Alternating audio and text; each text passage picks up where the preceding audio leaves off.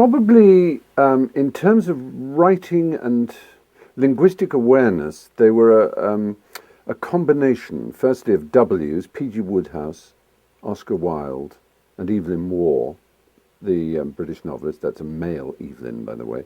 And I would add to that Arthur Conan Doyle, the author of Sherlock Holmes. When I was between the ages of about 7 and 12, I was obsessed with Sherlock Holmes, and I would read and reread and reread all those. So the rhythms and tones of the English language, as exemplified by that kind of grand, perfect Victorian manner, and then Dickens.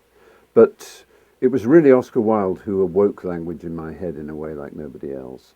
And I think also discovering the kind of man Oscar Wilde was an enormous influence as well. The fact that you could be such a towering intellect, such a lord of language, and be charming and graceful, kind, good-natured, but also unhappy and unlucky, was a great discovery for an adolescent, because one of the traps of adolescence is the sort of paranoid resentment that somehow you're never going to match up, and that everybody else's life is going to be better and finer and fuller, that everyone else attended some secret lesson in which how to live was taught, and you had a dental appointment that day, or you were somehow not invited. And the point of great writers like Wilde is that they make that invitation to you. They welcome you. Perhaps the greatest definition, I think, of character and quality is people who, when they're truly great, rather than making you feel that tall, they make you feel that tall. That their greatness, as it were, improves you. They used to say of Oscar Wilde that when you got down from a dinner table, you felt funnier and wittier and cleverer. Now, a lot of brilliant people make you feel less funny, less clever, less witty, because they're so clever, witty, and funny. But he had the opposite effect. A bit like what Shakespeare said about Falstaff. Not just a wit, but a cause of wit in others. Philosophy is an odd thing. When we use the word in everyday speech, you sometimes hear it hilariously. They say, it's never good to be late. That's my philosophy. You think it's a generous ascription of that rather dull precept to call it a philosophy. But it's odd how philosophers, generally speaking, at least the ones I've read or the ones I value, don't have, in that sense, a philosophy. There is no particular Socratic or Nietzschean or Kantian way to live your life. They don't offer ethical codes and standards by which to live your life. They don't offer a philosophy to follow. They just simply raise an enormous number of questions, mostly. So in the sense that you put the question, is there a philosopher that's important to me? Well, I loved really the sort of Bertrand Russell grand sort of tour of philosophy, the history of philosophy from the pre-Socratics, as they're called, Zeno and so on, through to Socrates and Plato and then Aristotle. I never quite liked Aristotle. I think that's partly, although he was obviously a genius and a brilliant, and he invented logic, so what's not to like? I think it was his influence on the medieval mind was probably rather pernicious and unfortunate, and all those categories and things. But when it opened up with, I suppose, Spinoza but then Kant really in the Enlightenment era. Oh, and actually Locke, I did like Locke. He was a fine philosopher. But they don't, what's so great about them is that they just, they're quite scary when you think of the word philosopher, and especially if it's logic and symbolic logic, and you get onto Hegelian philosophy. It's incredibly difficult to read, I find, and you follow for about, it's like trying to grab a salmon, the harder you clutch at it, the more it slips out of your hand, and whoa, it's gone, and you chase it again, and what was that? And you feel very stupid. But I think the beauty of questioning and simplicity that you get from Kant in particular, I think, is just amazing, because it's like they say of simple mathematical laws, that make fractals. The tiniest little elegant observation about or question about something just spins out these immensely complex things that make you rethink everything. So yes, I think philosophy is a really important dimension, but I think in our age we tend to be rather sloppy about it. We either think Buddhism is philosophy, which, you know, or some sort of Eastern thing about being nice and spiritual, and that'll do, which is fine. I mean, you know, obviously I believe in kindness and niceness and lots of spiritual things, but the real intellectual rigor and quest of logic is something that I'm afraid takes incredibly hard work, and we live in an age in which hard work is, if not actively deprecated or denigrated, it is run away from or ignored. It's sort of, people frown at you and say, well, that's a bit dull and stupid. Why can't we just short circuit it and talk about, like, spirit? Well, yeah, you can say spirit, but if you think that's philosophy, and if you think that's good enough, the most important philosophy, I think, is that even if it isn't true, you must absolutely assume there is no afterlife.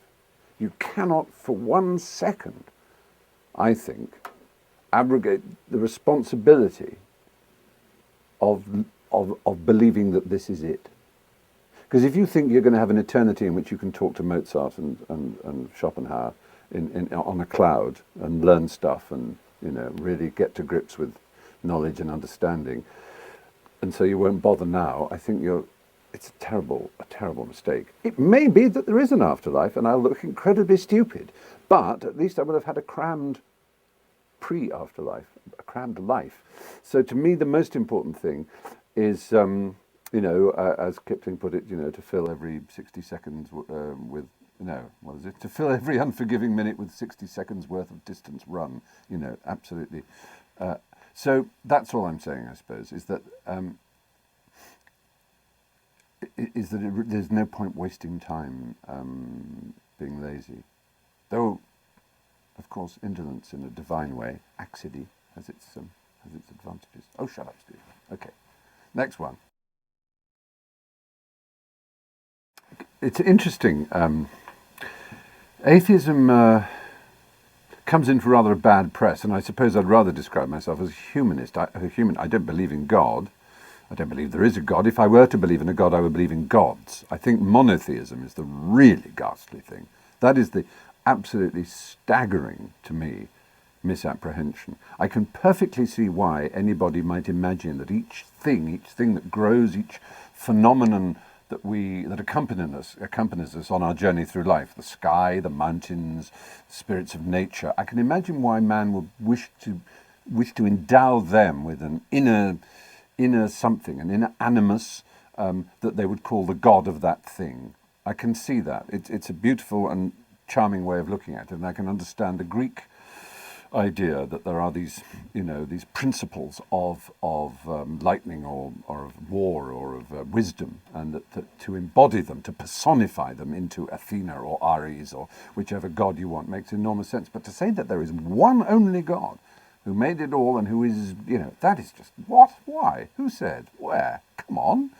And I love how when people watch, I don't know, a David Attenborough or a Discovery Planet type thing, you know, where you see the absolute phenomenal majesty and complexity and bewildering beauty of nature, and you stare at it, and somebody next to you goes, and how can you say there's no God? Look at that. And then 5 minutes later, you're looking at the life cycle of a parasitic worm whose job is to bury itself in the eyeball of a little lamb and eat the eyeball from inside while the lamb dies in horrible agony. And then you turn to them and say, yeah, where is your God now? You know? I mean, you can't just say there's a God because the world is beautiful. You have to account for bone cancer in children. You have to account for the fact that almost all animals in the wild live under stress with not enough to eat and will die violent and bloody deaths. There is not any way that you can just choose the nice bits and say that means there is a God and ignore the true fact of what nature is. The wonder of nature must be taken in its totality, and it is a wonderful thing. It is absolutely marvelous. And the idea that an atheist or a humanist, if you want to put it that way, doesn't marvel and wonder at reality, at the way things are, is nonsensical. The point is we wonder all the way. We don't just stop and say, that which I cannot understand I will call God, which is what mankind has done historically. That's to say, God was absolutely everything 1,000 or 2,000 years ago because we understood almost nothing about the natural world. So it could all be God. And then as we understood more, God receded and receded and receded. So suddenly now he's barely anywhere. He's just in those things we don't understand, which are important. But I think it just is such an insult to humanity. And the Greeks got it right. The Greeks understood perfectly that if there were divine beings, they are capricious, unkind, malicious mostly, temperamental, envious, and mostly deeply unpleasant. Because that you can say, well, yes, all right, if there's going to be God or gods, then you have to admit that they're at the very least capricious. They're certainly not consistent. They're certainly not all-loving. I mean, really, it's just not good enough, is it? You know, if we empower ourselves with responsibility over our actions, responsibility over our destinies, and responsibility for directing and maintaining and creating our own ethical and moral frameworks, which is the most important thing, really, isn't it? Because perhaps the greatest insult to humanism is this idea that mankind needs a God in order to have a moral framework. There's a very clear way of demonstrating logically how absurd that is, because the warrant for that logical framework, for that moral framework that comes from God, is always tested against man's own morals. It's a complicated argument, but I mean that's it's the standard one, which is pretty unanswerable. But the idea that that we don't know right from wrong, but we have to take it from words put down in a book 2, 3, 4, 5, 6,000 years ago and dictated to rather hot-headed, neurotic desert tribes, is just insulting. It's just no. I mean, if there were a God, he would want us to be better spirited than to take his word for everything. Wouldn't he? If he gave us free will, would he really want us to say, no, I have to abide by everything that's written in this book? All the laws of circumcision and of eating and of what to do with menstruating women, I'm going to obey those written down there. I won't think for myself because that's not required of me. Come on. It's just not good enough. And I have no quarrel with individuals who are devout and who have faith. I don't want to mock them. I really don't. But damned if I'm going to be told by them what to do with my body, or damned if I'm going to have the extraordinary battles won by enlightenment over the past 400 years, to have those battles abnegated by a new dark ages. The battle lines must be drawn. Music in its time, but I mean that's a function of history. The fact is that the composers always write for power, or power and money, and it so happened that in the period when polyphony all the way through to the classical and early romantic era, all the power and the money was with the church. So some great masses and some great choral music and some great oratorios were written, from obviously the Baroque age being the sort of pinnacle of that, but all the way through to the Mozart's final works, his Requiem and Beethoven's Missa Solemnis, and Mendelssohn and so on. There have been some marvelous religious works, and in painting similarly. But that's because these were princes. They were princes of the church. They were prince archbishops who employed Mozart. These were not spiritual beings who inculcated these composers with the sense of the divine that makes the music divine. The glory of Verdi's Requiem or Mozart's Requiem or Bach's pieces is that they are fantastically, incredibly human. And like all great human things, they reach for the infinite. They reach for beauty. A religious person would call that the divine.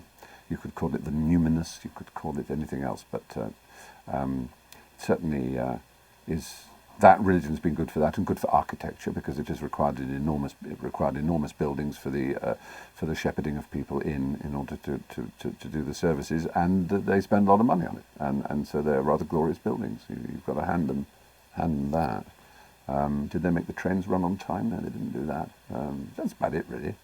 No, and there are some kind individual people. I mean, very kind people who give to the poor and look after the sick and so on. But it's not necessary and sufficient as a justification for religion, because there are plenty of people who are not religious who are also kind to the sick and good to the poor and care about people's well-being.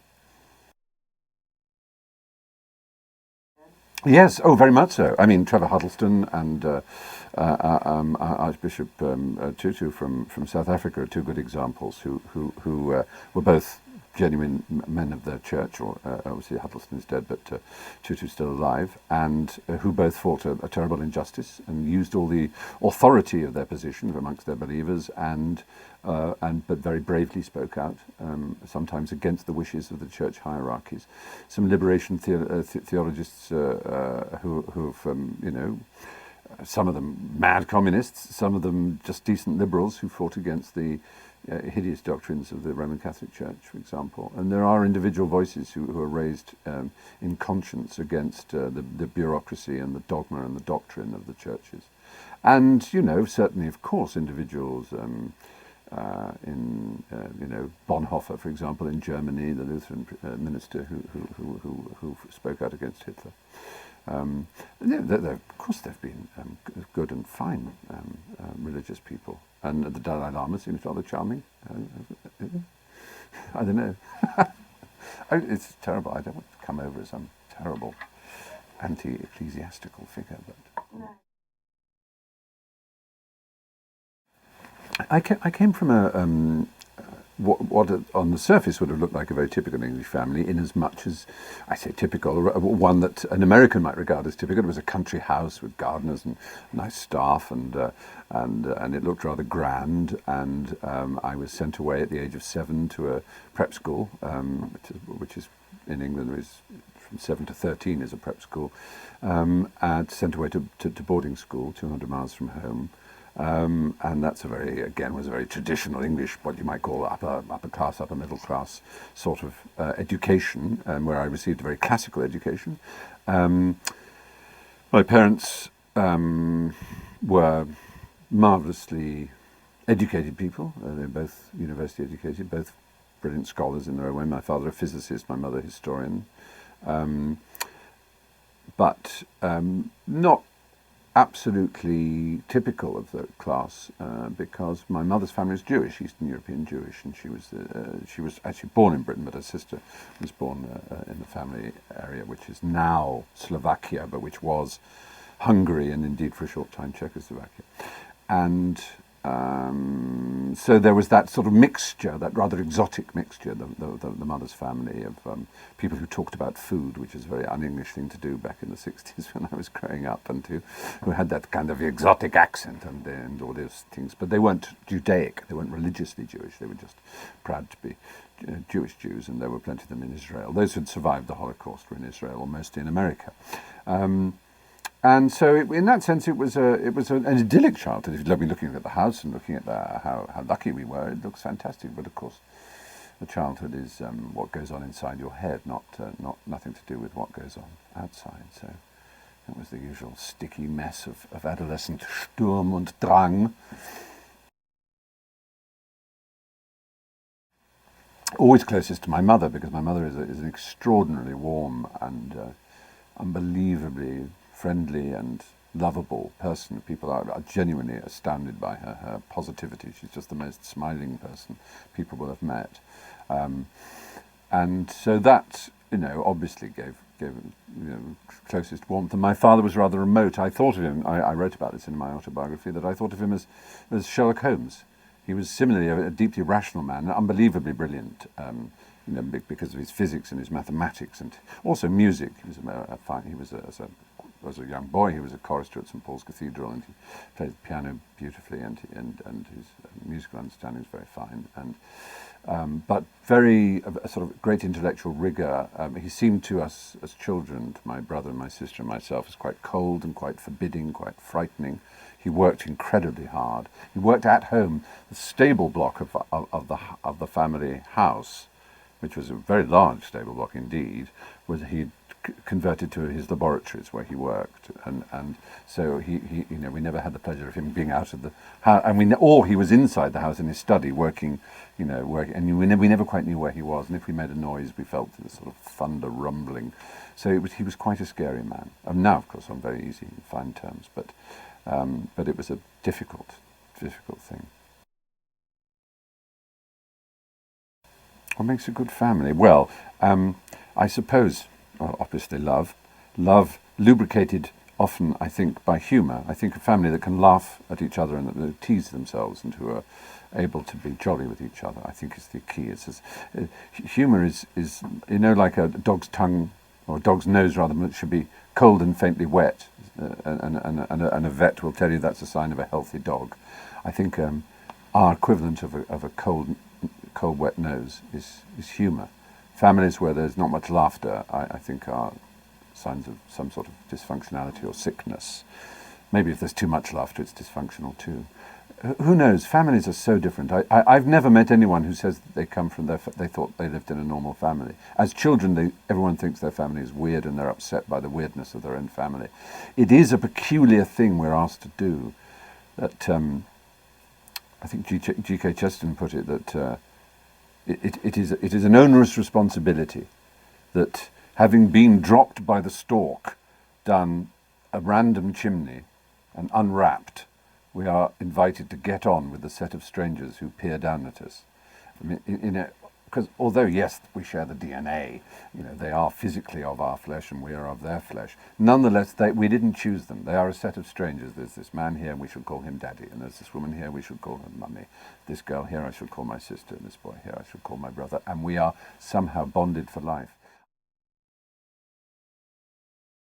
I remember making an absolute, well, I won't say fool of myself, I was expelled from a meeting of Latter-day Saints when I first went to Salt Lake City. I just literally, as a tourist, I was wandering around, and this person in a grey shift came up to me and said, "Would you like to see around?" And I said, "Well, that's very kind." And then she started gathering others, and I realised she was a Mormon who was doing a tour, and presumably there was a little bit of recruitment going along, because they're a very proselytizing sect, as you know, the Mormons.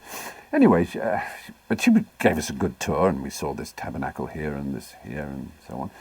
And then at one point she said, "I just want to tell you a little about the Church of Latter-day Saints," and we all politely stood. And then she said how in the afterlife all families will be reunited, and you'll be with your families forever. So I put my hand up and said, "Well, what happens if you've been good?" She said, "Could you leave, please?" Because everyone started laughing. But I mean, what a ridiculous idea! How is that supposed to be attractive? That you're going to be stuck with every aunt and every cousin and every, oh, good gracious, every, you know, alcoholic or slightly deviant uncle. I mean, Jesus, it's just the most awful destiny imaginable. And they think that's a USP. That's what our church promises. Good Lord. Well, of course, what it does, you don't have to be that smart to spot, is what it does is that church focuses entirely on women d'un certain âge, as the French say, women of a certain age. Who have lost their children because they've grown up, and who've lost their parents because they've died, and they're lonely, and they've still got that family queen bee mother nesting instinct, and they're the ones the Latter-day Saints home in on and say, "You follow us, and we promise you that you'll be your family all around you again in heaven." And they think that's a cool thing. Everyone else would go, "Ah!" Anyway. I say, and I think it's true, that for me the first moment with Oscar was language. I was youngish, 11ish, 12ish, too young really to be entirely sure of my sexuality, of what that sexuality meant. I think I've always been aware of my sexuality, but I never quite knew what it meant. But so that side of him we'll come on to. But firstly it was language, and I remember there's a line of Algernon's in The Importance of Being Earnest, and I was watching the Puffin Asquith film of The Importance of Being Earnest, and Algernon says to Cicely, "Would you be in any way offended if I said that you seem to me to be in every way the visible personification of absolute perfection?"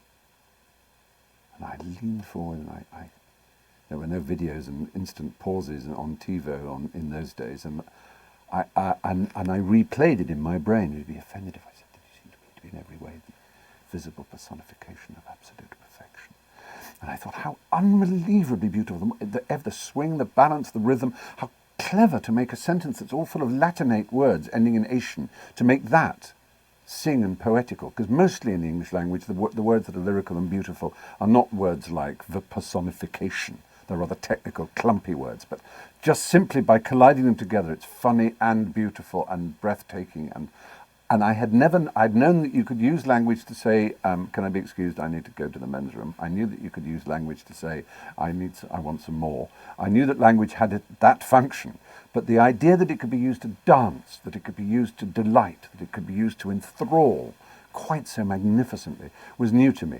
So I read, we had, right in the country, the library would come and visit us. It was what's called a mobile library. It's like a big van, and it would come about, half a mile from the house and walk down a country lane to where it used to stop, and then get in, and that's where I get all my books. So I said, do you have any Oscar Wilde? And they said, yes. I said, I want a play called The Importance of Being Earnest. And they said, yes, I think we've heard of that one. And then they get it to me, and I'm saying it's there in front of me. And I read it, and I kind of learn the whole play off by heart. I mean, I can still to this day. Did you hear what I was playing on the piano just now? I didn't think it polite to listen, sir, and so on. That's how the play begins. I'm sorry for that, for your sake. I don't play the piano well. Anyone can play the piano well, but I play with wonderful expression, and so on. Anyway, I just became obsessed. And then I saw a biography by a man called Montgomery Hyde of Wilde, so I read the biography. And this is where it all changed, because not only was this man, as I said before, a lord of language. It's a phrase of his own, actually, of his own. But he was, if you like, a kind of secular messiah, a bohemian prince of the most fantastic power and beauty and grace and gravity, and he collected friends, and he looked at the world and he showed you the true colours of things as no one had. And on top of that, he shared what I knew instinctively was my sexual preference for my own kind.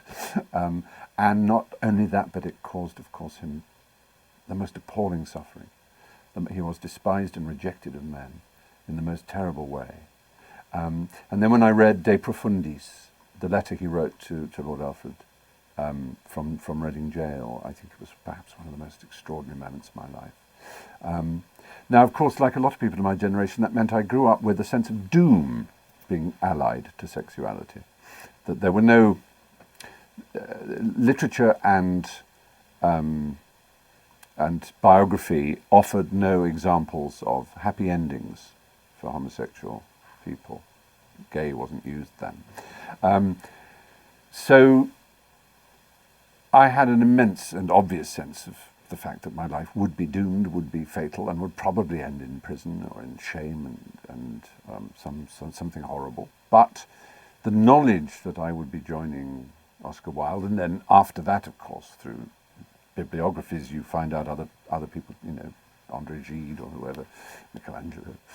I would be joining a kind of Olympia of fabulous men and women who were better than others. They had a special insight. They vibrated at art and beauty with a sort of greater frequency and gave off a more wonderful harmonic than most people did. And so I was proud to be an elect, even if it was a doomed elect. That was my sentimental and adolescent, I suppose, response to my sexuality. I can't imagine how different it would have been if I'd been born 20 years later and into a world of the internet and much more open things. I'm sure it would have been a lot less doom-laden, but I suspect I would have read a lot less literature, and I would have been a lot less interested in the intellect and the life of the mind. I would have been much more interested in just getting my rocks off, I suppose, because it would have been easier to do so, I guess. I would have been felt less guilty for so long. There are compensations, though, for the era in which I grew up, and that is, as I say, the fellowship of literature. Yes, I never thought, of course, when I grew up loving Wilde and collecting his books and even trying to collect early editions, that I would one day play him on screen. It was simply unthinkable, but it did come to pass. I became aware as I entered my 30s that it was just being, shall we say, was disposed to the adipose. I was getting a little plump. That I could, if I grew my hair, look a little like him. And although that is a completely irrelevant basis on which to be qualified to play someone, it just sets the thing in your mind. And the English playwright Alan Bennett once stopped me in Joe Allen's in London, just as he was passing the table. And he said, "I was looking at you from across the room, and it suddenly occurred to me, you look terribly like Oscar, you know. You should play him one day." And I thought, I went to the gents and I looked in the mirror and I thought, gosh. And I didn't really think much more of it. And occasionally people would use that tediously predictable phrase, "born to be wild."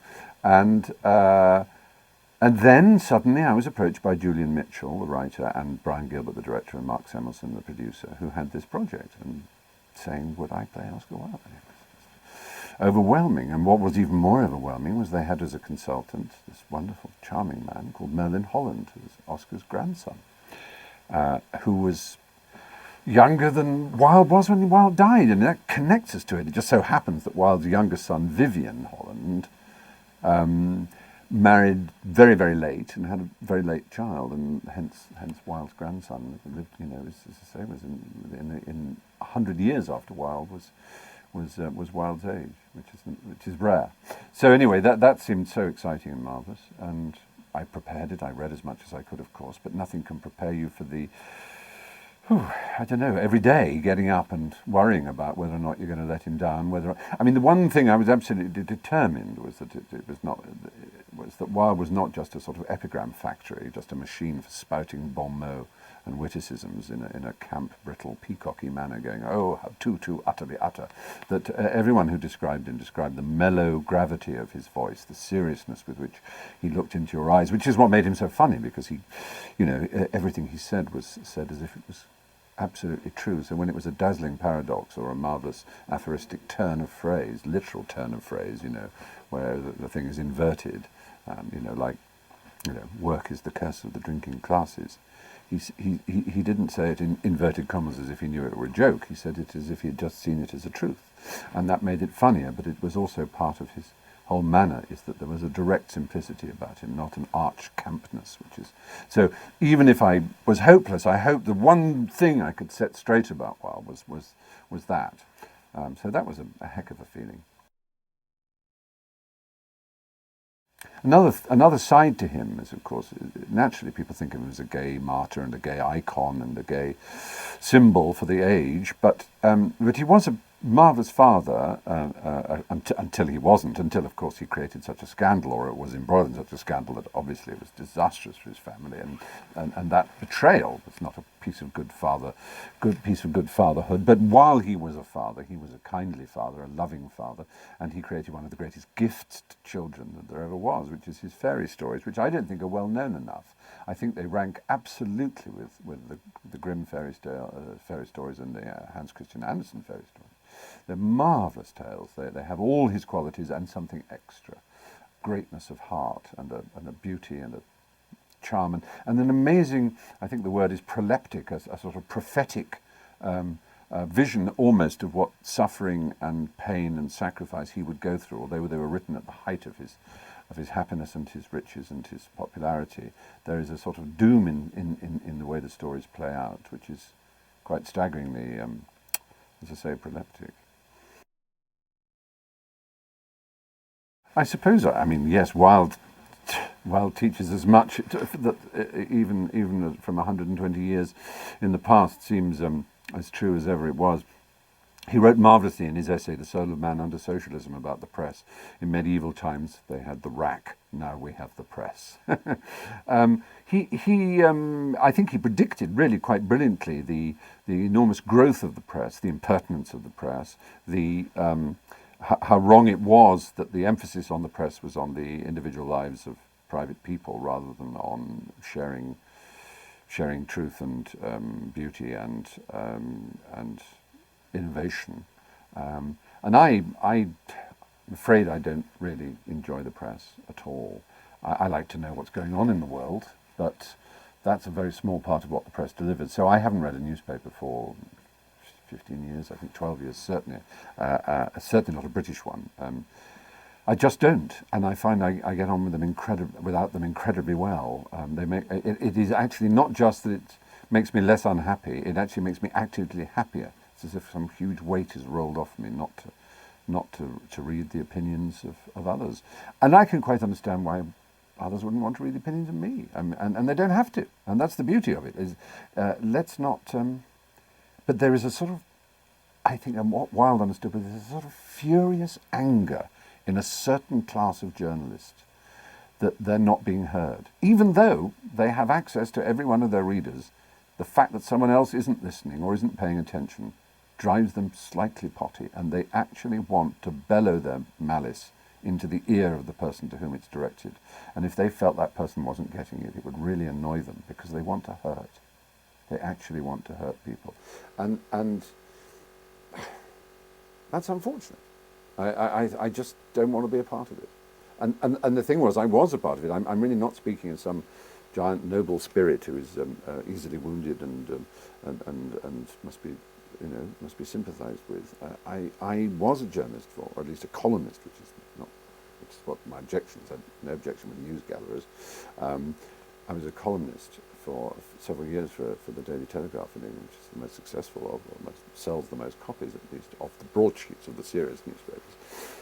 And I could see how easy it was to become this poisoned figure, because there's nothing easier than writing an article against something. It's just so simple. It writes itself. You've just got to be angry about something. You've just got to puff and wheeze with indignation and fury and resentment and bile and malice, and the thing writes itself. And if you write anything that's for something, it looks sentimental and cutesy and so much harder to write. It's so much harder to write well. So all the successful columnists, certainly in the British press, are vicious, and they're good at being vicious, and it's admirable. And if you share their politics, mostly their viciousness is something you can applaud. If you don't, then you just call them beasts and animals and revolting. It just gets so annoying. It's such a pity. And that's one of the reasons I love the online world, is that although that exists in abundance, you can choose absolutely which part of the online world you want to live in. You can make your own kingdom in that sense. So things like Twitter or whatever, I'm sure there are all kinds of Twitter, clusters of people who have politics that I would find horrific, and religious views that I would find preposterous and impertinent. But I just don't have to follow them, and I can block them, and I will never know they exist, and that's glorious. And similarly, as long as you don't lower your eyes when reading a blog, as long as you don't go down to the comment section where the trolls lurk, where the viciousness is, because that's, there really is just suppurating, boiling seas of acid, where if you just so much as dip a toe, you've lost your limbs, just vileness abounding. Again, it's this resentment. I will be heard, and I not only will I be heard, I will offend, I will tear, I will lacerate, I will wound. I want the sensibilities of anyone who disagrees with me to be bruised beyond mending. That kind of attitude is very strong on the net, and for all that we can be advocates for the glory and the democracy that exists online, we must be aware too that dark side of humanity that just needs to be heard and can't bear people like me, for example, who have access to greater numbers of followers on Twitter or whose website gets more hits. And the more they see that, the more the web becomes a reflection of their view of the meanness and wrongness of society, where some people get it all and others get none, then the more bitterness there is. And I think it's difficult, because I don't certainly want there to be an aristocracy on the net. I don't want there to be that. I think that the whole beauty of it at its best is that there is genuine equality and genuine reciprocity between a Twitterer and his or her followers, or between a blogger and their readers, and that it's not an audience going to one site that is permanent and stable and is like the equivalent of the old models of the broadcaster, but that it's much more fluid, and the broadcaster becomes the broadcasted to. The TV station becomes the audience. And as long as people believe that and behave as if that's true, then there's real hope in the way information is going.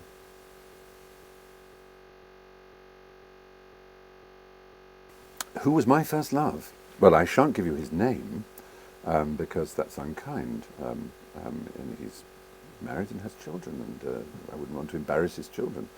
But I've given him various names in novels and in books.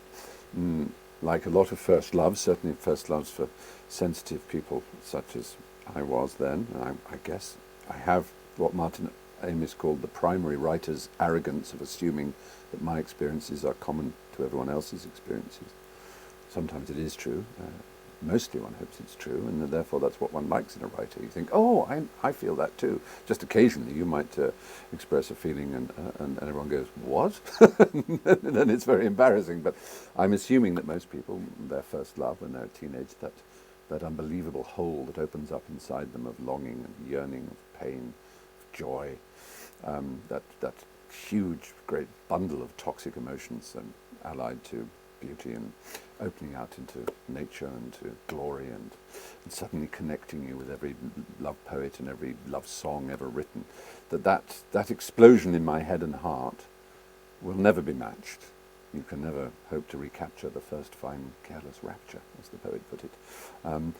But it stays with you, like a good acid trip. You get a little flashback every now and again. It'll never leave you. It teaches you to look at things differently and to feel things differently. It educates your soul, if you like. All first love is unrequited, ultimately, because it's so huge. It's such an act of giving, and it requires so much back that it can never be given back. And indeed, you wouldn't necessarily want it given back. It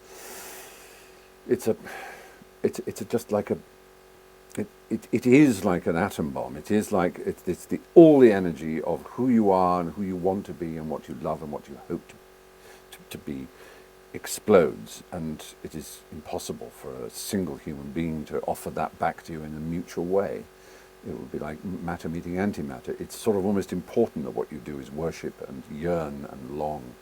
But so that was, to me, of course, the single most important thing in my life. And occasionally I get dreams and I'm back there again and I'm still as trembly as ever I was. And I get, because I've written about it, I get emails and Twitters, whatever, from people in their adolescence who are going through the same thing and saying, oh, how do I cope? And I read your book and it was the same for me, and it is the same for me, and he'll never look at me, she'll never look at me. What can I do? I'll make a fool of myself. Should I write them a poem? And what if they reject me? And oh my God.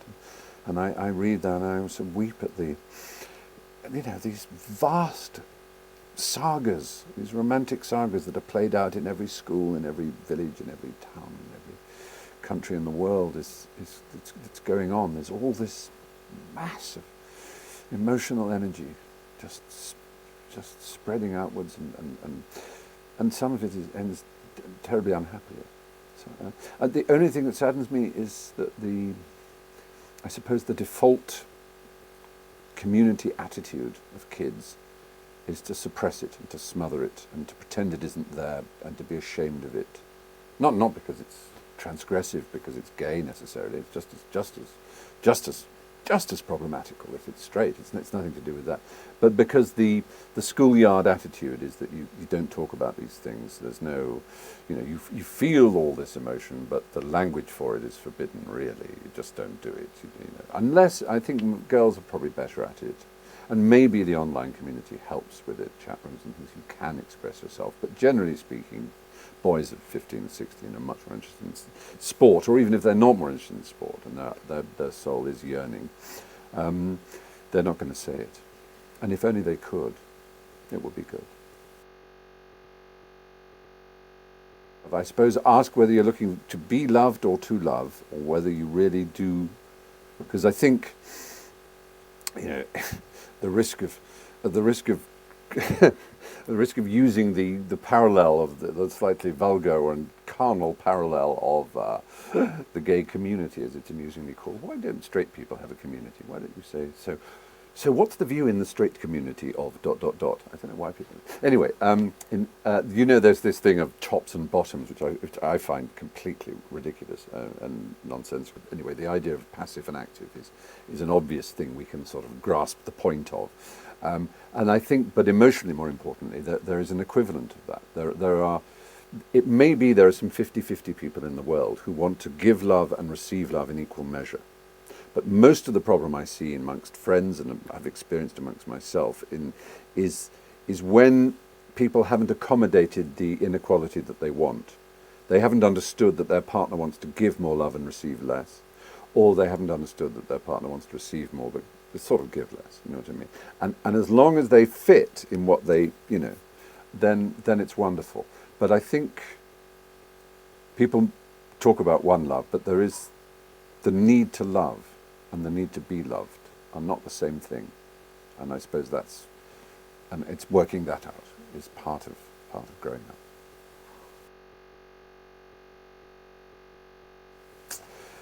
What makes love last? I wish I knew. It can get ill and it gets better again. I suppose. I mean, all the awful things, the cliches. You got to work at it. And communication, laughter. Laughter is deeply important. Realizing that flaws are to be loved rather than to be ignored or denied. That once you admire, and if you love someone enough, you actually love their flaws, I suppose, and you hope they love your flaws. But I couldn't claim that I have a secret as to what makes it last. Hope is another thing that makes it last.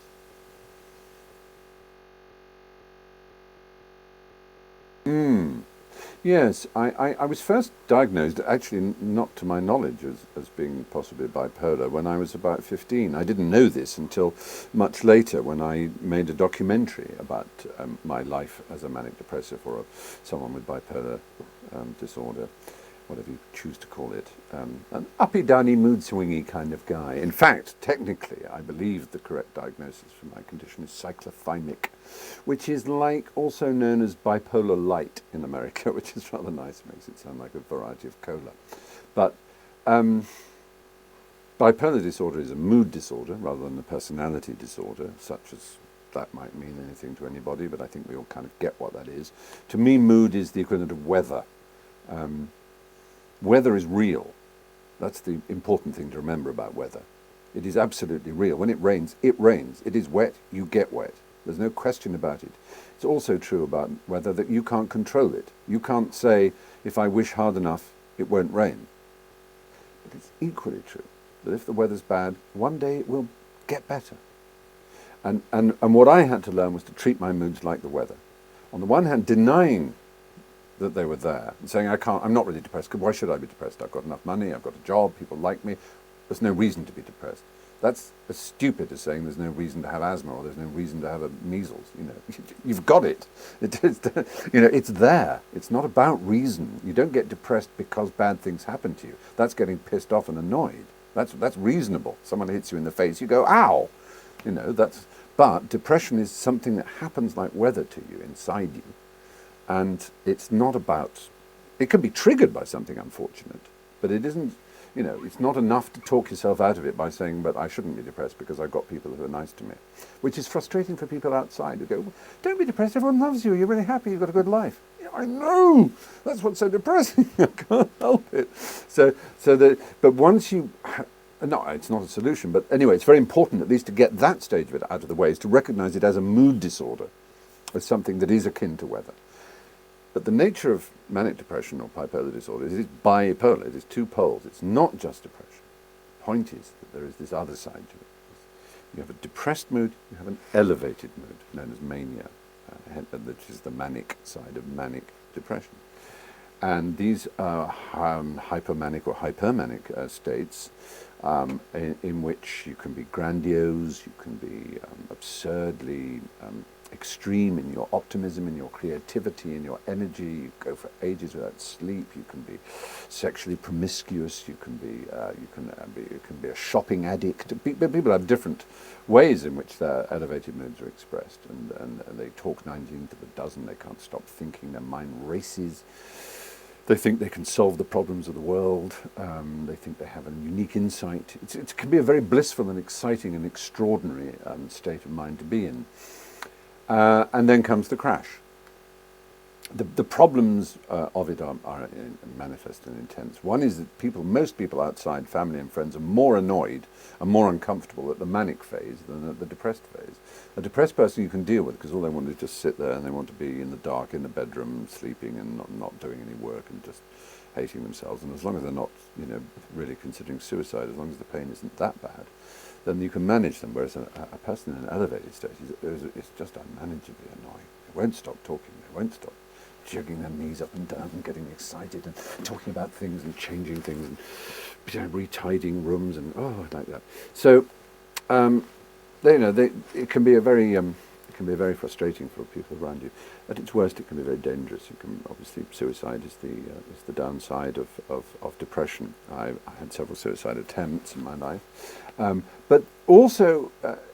Really, and this always sounds like a feeble excuse, but it is true, the most natural way you would attempt to cope with something inside you that is affecting your moods and your energy levels is to intervene with chemicals to help.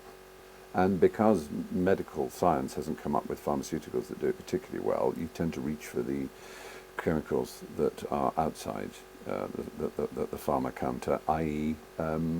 Narcotics and alcohol. Because they can guarantee your mood, more or less. They, like the condition itself, will store up a big crash or a big reverse, but you just keep at it, and you keep getting drunk, keep getting wired, and you'll stave off the inevitable disaster of being alone with your moods. So for a long time I was, I suppose dependent is the word, on cocaine powder. And naturally, when you take a lot of cocaine powder, you tend to take a lot of alcohol with it as well. So for many years, really, I never went out without at least 4 or 5 grams of cocaine powder on my person. And I would ingest it intranasally, as was the fashion, through the use of some sort of straw or rolled up currency note, and managed to get by on it. I never did that when I was working. And didn't do it on stage or on while filming or anything. It was a way of ending as soon as you finish, because work provided its own high. But as soon as I finished work, that was it. I was out, hours in clubs and things. I can't believe it now. I don't know how I managed to do it. It's just extraordinary, but I did. And anyway, then I had a bit of a disaster in the mid-90s. I was in a play, and it just all went wrong and horrible. And I ran for the hills, as it were. Well, actually, I ran for Belgium, which is not hills at all. I ran for the Low Countries. And through Belgium went to Germany, and was sort of declared missing by the British for a while, and then I was found, and it was all very ghastly. But it sort of made me confront the whole business of this diagnosis, and I saw doctors and things, and they confirmed the diagnosis. And then a few years later, when I was back on a more even keel and more used to dealing with things and a little bit more clear about myself, I made a program called Manic Depression and Me, or The Secret Life of the Manic Depressive was the proper title, and in which it was 2 one-hour films in which I went around America and England actually, talking to people with the problem, talking to doctors, talking about my own history and my own condition. And it was really interesting because it was considered something of a success, this program, and something of a breakthrough. And because aside from all the problems I've spoken about, one of the major problems is not with the person who suffers the disease, it's with the rest of the world and mental health disorder and its stigma. People just are terrible at coping with it, other people. They don't like even anyone mentioning it if possible. I had the great pleasure of a dinner last night here in New York with Dick Cavett, the talk show host of the 60s and 70s. Brilliant talk show host. Look him up on YouTube if you don't know the shows. Just absolutely wonderful. But his career was pretty much stalled in many ways by his fight with depression, and he's written about it superbly and talked about it. And we were chatting about it last night. And it is that problem of when you say to someone, I've got a broken leg or I've got diabetes, particularly you say diabetes and asthma, say, which are both chronic conditions that won't go away. People go, do you take insulin or do you take a little wheezer thing for your asthma? And you go, yes. And you say, I've got a mental health condition. They go, oh, have you? That's nice. And then they want to be somewhere else. They don't want to be anywhere near you. And I can understand that. Of course I can understand it. But you know that it's like 6 degrees of separation. I think all 6 degrees of Kevin Bacon or whichever. I don't think you're ever more than 3 or 4 steps away from someone close to you who has a mental health problem. And I think the more we accept that it is us, it is part of being human, then the better we are, because then you can start concentrating on the things that matter in terms of coping with it.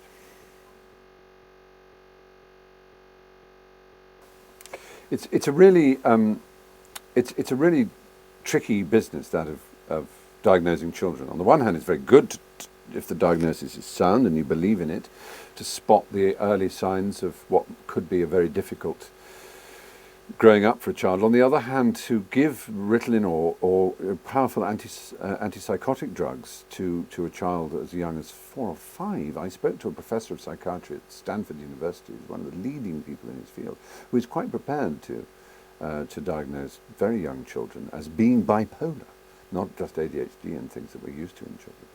And his point is that non-intervention is not a neutral act. Not giving someone drugs when you've diagnosed it is in itself allowing the brain, as he would put it, to toxify itself. That whatever is happening as the brain is forming, if it is forming in a bad way, bad pathways, bad neural signals are being sent and they're creating bad pathways, as it were, or bad demands for endocrines, because let's face it, we don't really understand that balance between hormone encephalin, if you like, or hormone and neurotransmitter. But that's his argument, is that non-intervention allows the brain to build itself badly. But it's a heck of a thing to give a child as young as 10, or even as young as 14, frankly, some of these powerful drugs, when the brain is still growing. I find it tricky, and certainly in Europe it's considered outrageous, but it happens a lot in America. But then you have more mad people. No, I mean, sorry, you have a bigger population and better scientists.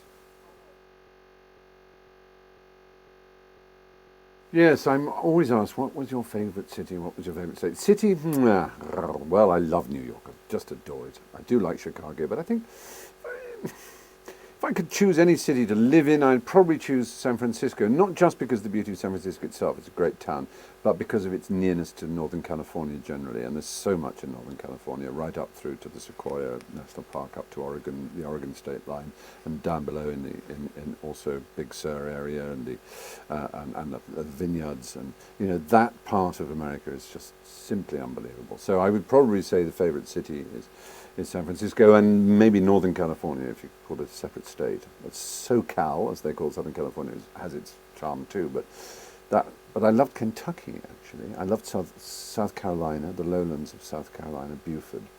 Montana takes a heck of a lot of beating just for sheer physical beauty.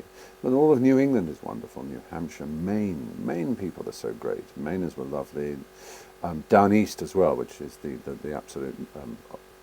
ironically, up east is what it really is, but it's called down east. Marvellous people, marvellous. I mean, it's just a hell of a country. It really, you've got yourself quite a nation here.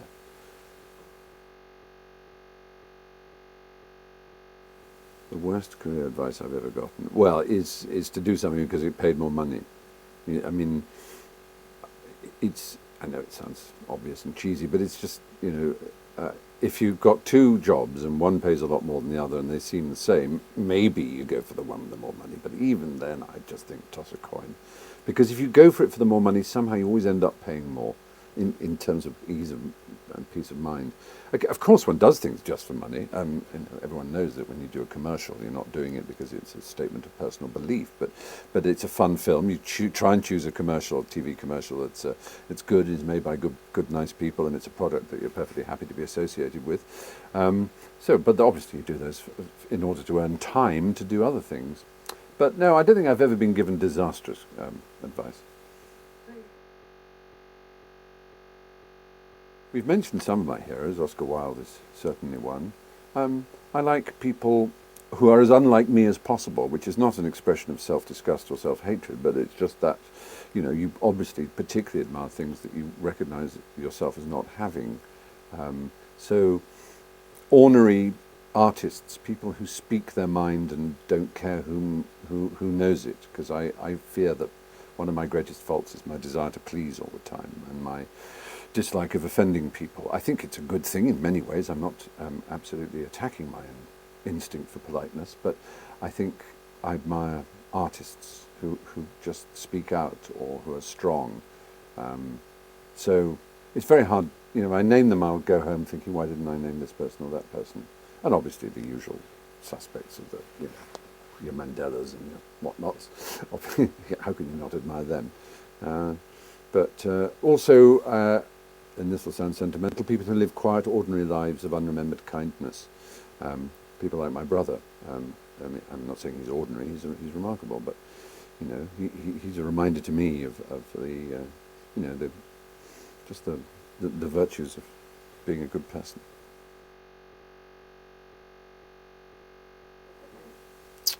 What keeps me up at night? My mind races with guilt at things I haven't done, things I've got to do. Things are always worse in the steady watches of the night, aren't they? The things you think, oh my God, I've got to do that, I've got to do that. When I have time to do this, oh wow, I better set my alarm over an hour earlier to do this. And also if I've, I don't know, laziness. I still feel that I'm being watched. I mean, by my grandfather or somebody who's shaking his head at me and going, you let yourself down there. Who would I go to dinner with? Well, obviously Oscar Wilde. I mean, I know he seems to have been a theme of our conversation. But he would be a good one. I'd like to go to. And I tell you who else. I'd like to meet F. Scott Fitzgerald. I mean, I love his letters. I think he writes amazing letters. And someone who's just about the best writer of his age, I think. Just sentence after sentence was simply perfectly made. And I just want to know how he did it. That's terrible. I just want. I mean, there are other writers who you could regard as just as great, but something about him just so technically perfect and yet so. I don't know what it is. Whenever I read a sentence of his, I think it's so simple. There it is. It's in front of me, and all the words are easy, and yet just wow.